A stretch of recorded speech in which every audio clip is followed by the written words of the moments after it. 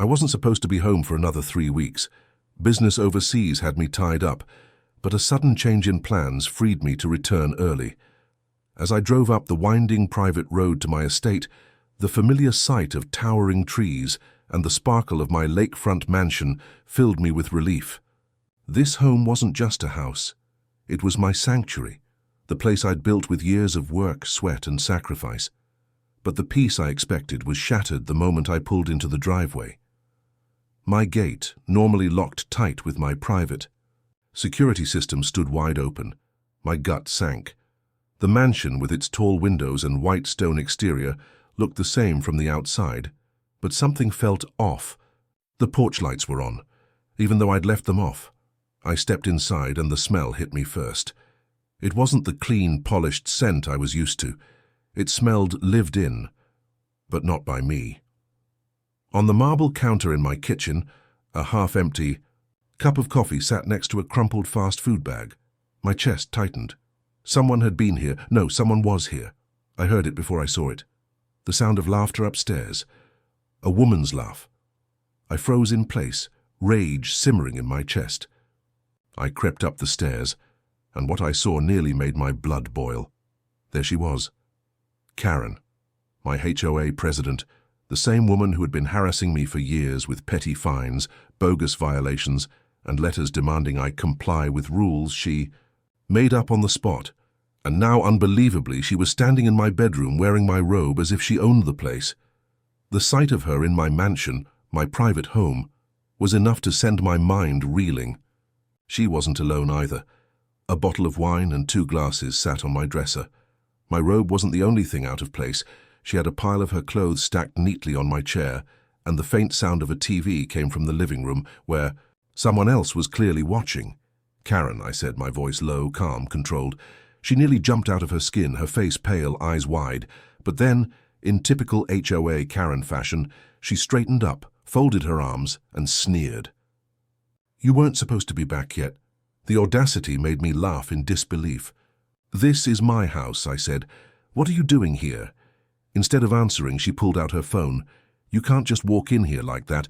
This property is under HOA review. I'm calling the cops." I couldn't believe it. She was caught red-handed living in my mansion, wearing my clothes, and she had the nerve to call the police on me. I didn't move. I didn't yell.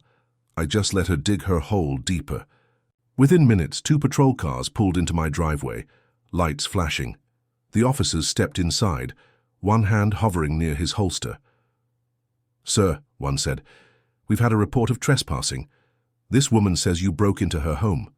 Karen smirked at me, her eyes glittering with confidence. She thought she had won. She thought she could lie her way through the way she had bullied neighbors with fines and threats. But when I handed the officers my ID, my deed, and my security logs showing her entering without permission, their faces changed. The smirk on Karen's face faltered. The officers glanced at each other, then back at me. "Ma'am," one of them said carefully, "do you have proof that this is your residence?" Karen stammered, tripping over her words. She tried to spin some story about the HOA temporarily claiming the property due to regulatory issues. But the more she talked, the worse it got. The cops weren't buying it. I stood silent, arms crossed, watching her facade crumble. But inside, I was burning with rage. My sanctuary had been violated, my privacy shattered. She had been living here for 2 weeks, eating my food, using my things, hosting people in my home like it was her personal retreat. And now, it was time for the truth to come out. The cops didn't arrest her that night. Not yet. They escorted Karen out of the mansion while they sorted through the mess of her lies. But I wasn't going to stop there. I wanted her held accountable, not just for trespassing, but for the 2 weeks of theft, invasion, and damage she had caused. The very next morning, I had my attorney on the phone. Karen had picked the wrong person to mess with. I wasn't just some neighbor she could bully with HOA fines. I was her landlord. That mansion wasn't only my home. It sat on land she rented from me. Years ago, she had signed the lease agreement. When she moved into her house across the street, she had no idea at the time who the real owner was. She thought the HOA was her kingdom. She thought she had power over me. But the truth was, She'd been paying me rent every month without realizing it. When I showed my attorney the lease agreements, the property deeds, and the evidence of her breaking into my home, he nearly laughed. She has no case. In fact, she's in serious trouble, and serious trouble it was. We filed charges, breaking and entering, squatting, theft, property damage, even fraud. Every item she had touched, used, or removed was listed. Every security camera recording was turned in. Every neighbor who had seen her entering my mansion without me around gave sworn statements. Karen's smug confidence vanished. By the time the case went to court, she was shaking. She tried to spin it like it was some kind of HOA right to inspect properties, but the judge didn't buy it.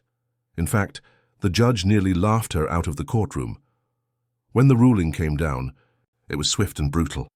Karen was evicted from her HOA leadership role permanently. She was fined heavily, ordered to pay damages, and handed probation for her crimes. And the best part? Her house, the one she thought made her queen of the HOA, was mine to repossess. When she failed to make payments on her lease, within months she was gone. I didn't stop there. I took the story to the press. The headline ran big. HOA president caught squatting in homeowner's mansion. The neighborhood was stunned. People who had once bowed to her threats now whispered about her downfall. The empire of control she had built on lies and intimidation crumbled overnight. And as I stood on my porch, looking out over the lake at sunset, I finally felt peace again. Karen had tried to take everything from me, my home, my safety, my dignity. But in the end, it was her arrogance that destroyed her. Justice had been served. If you're new here, so please subscribe to my channel, HOA Karen Stories.